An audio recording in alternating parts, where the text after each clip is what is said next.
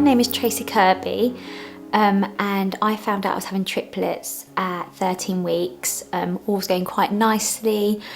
Unfortunately, at 18 weeks, we found out we were identical twins. So we had identical twins and a singleton.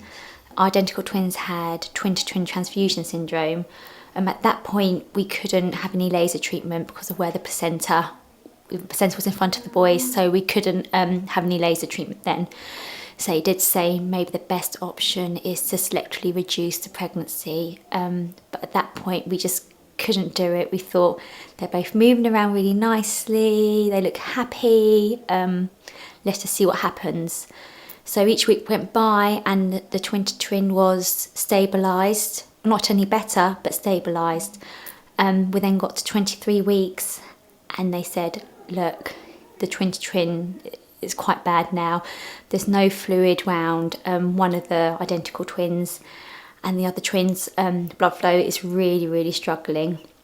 And they did say probably the laser treatment probably wouldn't work because it's quite far gone, and one of the identical twins are quite small, so probably be best to selectively reduce. We decided, no, we're not going to selectively reduce, we're going to try the laser treatment and hopefully it will work. So we did the laser treatment, and that next week it seems to have worked. One of the twins, they were still obviously struggling, but the smaller twin was he was actually growing at that point, so that was great. Then we got to 25 plus 2 days and went for our normal scan, and I thought everything was fine. And he checked the singleton's heartbeat, he was fine. Our smaller twin's heartbeat was fine.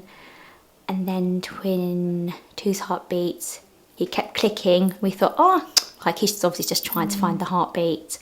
So he kept clicking and clicking. And then he said to me, oh, I was going to wipe some gel off your tummy. So I thought, oh, he's obviously put too much gel on my tummy. That's why he can't find the heartbeat. And then my consultant just put his hand on my hand and just said, I'm so sorry. And obviously we knew then that one of our twins had passed away, which was a bigger twin, which was obviously we were quite shocked. Even though he told us it could happen, we're obviously still quite shocked. Unfortunately, he also said to us, now the possibilities that our other twin could pass away too is probably more than likely. And also there's a risk to the singleton because obviously it could be quite preterm labour. So we just had to take each week as it came. Luckily, our other two survived. They were born at 32 weeks, which was great. So we had James, our singleton. Henry was our surviving identical twin. And then Cayden was our little man that passed away. And Cayden means little fighter in a Celtic meaning. So I thought it was quite fitting for him. And then our little ones, James spent 3 weeks in neonatal, Henry spent 6 weeks in neonatal, and then they both came home. We then gave Cayden a lovely funeral. We were quite well supported by the hospital and with bereavement midwives and our local midwife in our local community as well. So we were quite lucky in that sense. And he's now buried in our local graveyard, which is 5 minutes away from us. So we get to see him quite often, which we find quite lucky in a way that we can get to see him quite often. And our two survivors know who he is and talk about him quite a lot, which to us means quite a lot.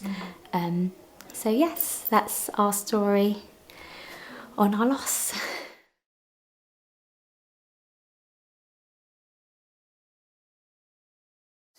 Well, we've been really lucky, if you can call it lucky.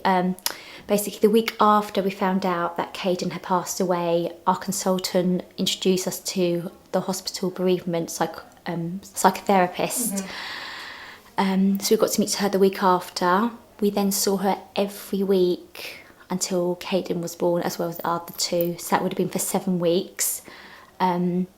Then after they were all born, we still actually got to see her every week for about a year. So we were very lucky in that sense. We then saw her every month or so, for about the next 6 months afterwards, and even now, we still 2.5 years later, I still have her number. So if ever I'm feeling a bit, fragile, I can just phone her up for a chat. So I've been very lucky in that sense. Also, we're very lucky with the bereavement midwives at the hospital. There was 2 of them there who we got introduced to both of them. They both explained, what would happen once Cayden was born, all the scenarios, which was great, to prepare us. And also even the day of the C-section, they explained, what we want to do with Cayden, how we want him to be presented to us. So we gave them clothes for Cayden to wear, a teddy, all those things that, meant quite a lot to us. And after he was born, I wanted to check if it was okay for us to see him. Like, they came to us to ask when would we like to see him, which was really important to us. And we're also very lucky that my local midwife at our doctor's surgery, she also is a bereavement midwife. So she actually helped me obviously come to terms with it too, and also helped me with funeral information. So she knew my other 2 in neonatal, so she actually phoned up some local funeral directors to find out quotes, and also how long it would take to have the funeral. So she did all that for me, which was amazing. And to pick up the baby, because Cayden was all the way down in London, and obviously we live up in Bedfordshire, so arranged for all that to happen too. So we're really lucky in that sense. And also with the boys in neonatal, there's also another bereavement midwife there who was also extremely helpful, in the sense that James was actually ready to come home before Cayden's funeral. But she actually said, we'll keep him on another couple of days so you can actually have Cayden's funeral, concentrate on him, and then you can bring James home, which we thought was so lovely. We're really lucky. So we had so much support around us, medical-wise. It was fantastic. And even now, I still have the chance I can but I can speak to the hospital psychotherapist on the phone, which I do find very helpful still now. I think what made me become a befriender was that it's just nice to help others. I think when Cayden first passed away, I felt there was no one else in my situation. I felt so alone. There was no one. I thought I was the only one who had experienced that pain. So when I found out about the befriending service, I thought I would love to help somebody else, just so that they don't feel like they're so alone. Even if that means during their pregnancy or after after they've had the babies, it's just to help them, just to be on the end of the phone to chat to them, or even just to text them, just to let them know that I'm here to talk to them, or even not to talk, but just for them to just have a rant on the phone to me about something to do with everything. That's why it's quite important. And I feel also, it's just very important.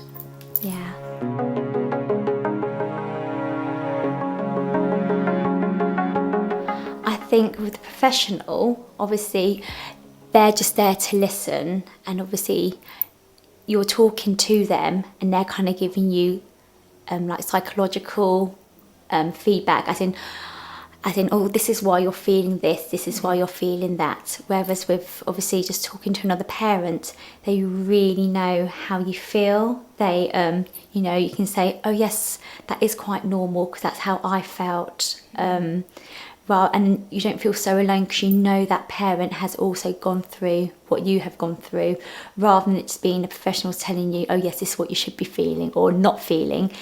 I feel it must be quite nice for someone to say, yes, I did feel like that at the beginning, or yes, a bit further down the line you might feel like this, and that's completely normal.